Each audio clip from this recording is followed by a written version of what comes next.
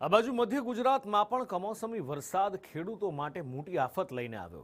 વાઘોડિયા પંથકમાં કમોસમી વરસાદના કારણે ડાંગર, તુવેર અને અન્ય પાકોને નુકસાન થયું છે। તુવેરનો પાક પાણીમાં ગરકાવ થઈ ગયો છે, જ્યારે ડાંગરની કાપણી ટાણે જ કમોસમી વરસાદ ખાબકતા પાકને ઘણું નુકસાન થયું છે। ખેડૂતોની જાણે કે હાલત કફોડી થઈ ગઈ છે, માઠી બેઠી હોય એવી હાલત ખેડૂતોની થઈ છે।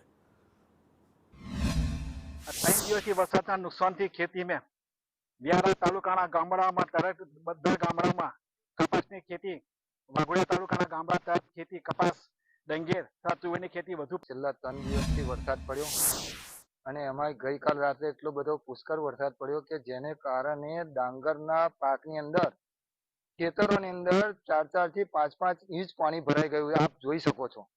બીજું કે તુવેરોના ખેતરો પાણી ભરાઈ ગયા અને ભરાયા પછી ભલે આજે કાળે ખેડૂત નીકળી જશે, પણ જ્યારે તાપ પડશે ને ગરમી પડશે એટલે તુવેરનો પાક બી નિષ્ફળ જવાનો છે। ટૂંકમાં કહેવાનો આશય એ છે કે ખેડૂત માટે પારાવાર